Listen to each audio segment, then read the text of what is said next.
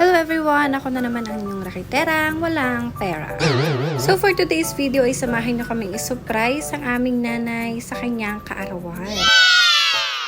At ayan na nga po, sinurprise namin ang nanay at hindi siya makapaniwala na kami ay pupunta sa kanyang kaarawan. And yes, napaiyak namin ang nanay dahil talaga namang hindi niya ini-expect na kami ay darating ngayong araw na to. Kaya siya ay naging emotional that time.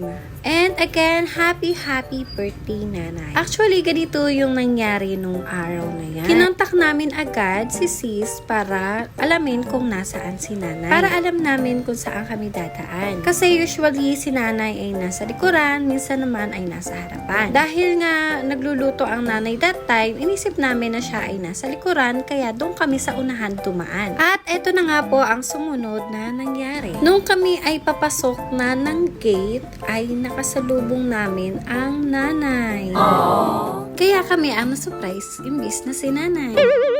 O diba, epic fail ang aming surprise?